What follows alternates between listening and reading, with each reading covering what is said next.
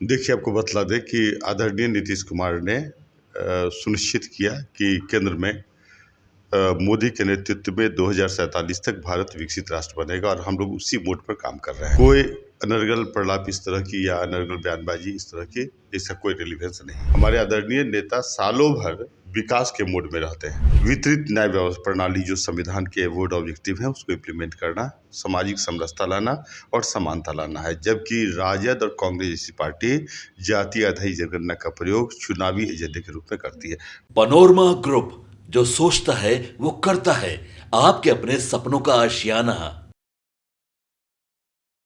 नमस्कार, भारत लाइव देख रहे हैं आप। देखिए, विधानसभा चुनाव में अभी टाइम है, लेकिन उसकी बिसात अभी से बिछने लगी है। 2025 में चुनाव होना है, लेकिन जो तमाम दल के नेता हैं अपने आप को मजबूत और अपने आप को विधानसभा चुनाव में किस तरीके से तैयार करना है उसकी तैयारियों में जुट गए हैं। अब जो तमाम दल हैं वो भी अपने अपनी तैयारियों में जुट गए। लेकिन देखिए, कई दिनों से कयास लगाया जा रहा था कि ठीक है, लोकसभा चुनाव में परिणाम आ गए, बीजेपी ने गठबंधन के सहारा लेकर अपनी सरकार बना ली। ठीक है, गठबंधन का नियम होता है तो ये कोई गलत बात नहीं है, लेकिन सीएम नीतीश कई मुद्दों पर नाराज थे, कई मुद्दों पर साइलेंट थे। हालांकि बजट पर उन्होंने कहा कि अरे बिहार को इतना मिलता है, इतना मिल गया, तमाम मुद्दों पर उन्होंने अपनी प्रतिक्रिया जाहिर की। लेकिन कल क्या हुआ, देखिए कल की बात आपको याद दिलाएं तो तेजस्वी यादव, एक मीटिंग हुई थी, लालू प्रसाद यादव 17 अगस्त को दिल्ली के लिए रवाना हुए थे, वहाँ से वो सिंगापुर गए थे और परसों जो है वो सिंगापुर से आ गए।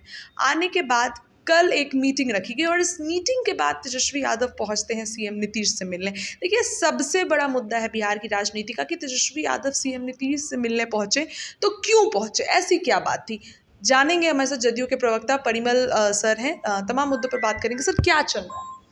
देखिए, हमारे आदरणीय नेता नीतीश कुमार संविधान में विश्वास करने वाले लोग हैं और आप समझिए कि जैसे जिस मीटिंग की आप बात बोल रही हैं, तो निश्चित रूप से जो सरकार चलती है और हमारे आदरणीय नेता नीतीश कुमार सभी को साथ लेके विकास सुनिश्चित करने का प्रयास करते हैं। तो ये एक महज औपचारिक बैठक थी। इसमें ये वो लीडर ऑफ अपोजिशन है, स्वाभाविक है पर्टिकुलरली कि कई महत्वपूर्ण मुद्दे पर बातचीत होती है, तो इसका राजनीतिक निहितार्थ नहीं निकाला जाना चाहिए।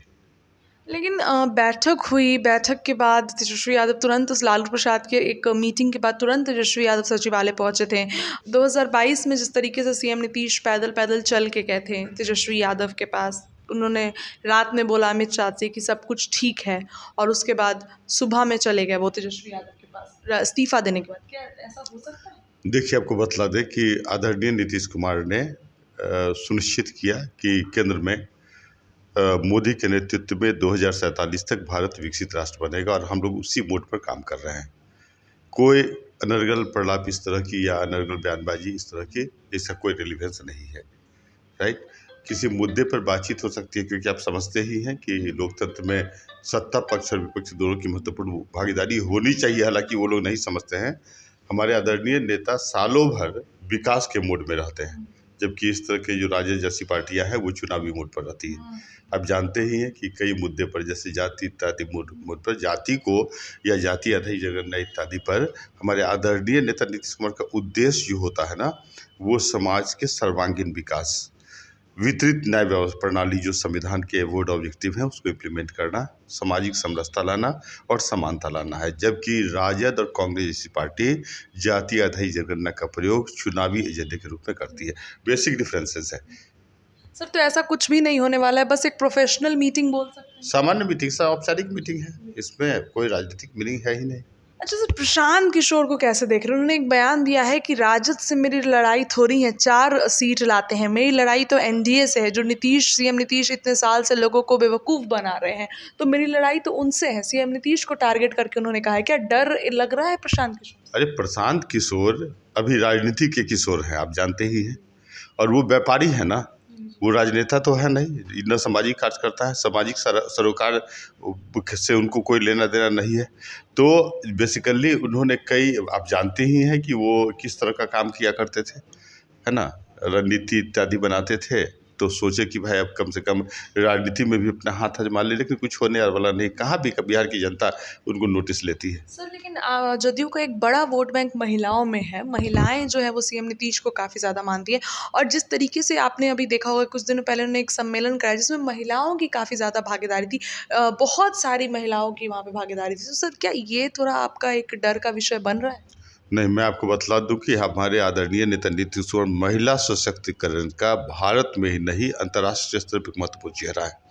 जिस तरह 2005 के पश्चात लगातार हमारे आदरणीय नेता नीतीश कुमार ने महिलाओं के सुरक्षा के लिए, महिलाओं को आर्थिक सशक्त रूप से सशक्त करने के लिए और समाज की मुख्य धारा में लाने के लिए, समानता के लिए, जेंडर इक्वलिटी का काम किया, यह न सिर्फ भारत के लिए बल्कि कई दूसरे राष्ट्रों के लिए अनुसरणीय है। मैंने कल भी बतलाया था एक चैनल को कि हमारे नेता ने जो साइकिल योजना प्रारंभ किया था उसकी सराहना यूएनओ ने की और उसको एडॉप्ट अफ्रीकन यूनियन ने भी की है। हाल में यूनाइटेड नेशन ने उसकी सराहना की और अफ्रीकन यूनियन में जितने भी राष्ट्र हैं उनको अडॉप्ट किया।